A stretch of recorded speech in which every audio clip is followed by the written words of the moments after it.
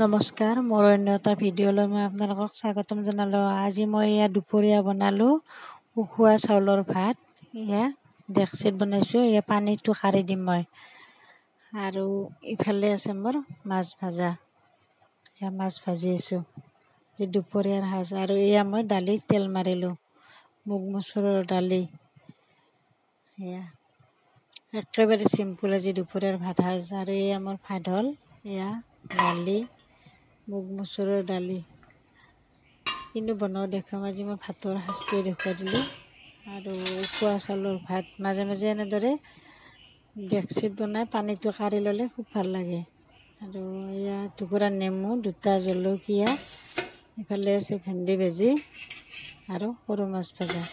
একেবাৰে চিম্পুল, এনেদৰে চিম্পুলকৈ খায়ো মাজে মাজে ভাল লাগে।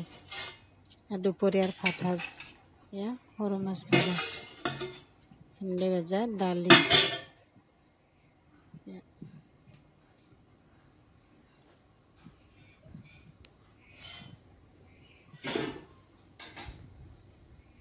দুপৰীয়াৰ এসাঁজ সুন্দৰকৈ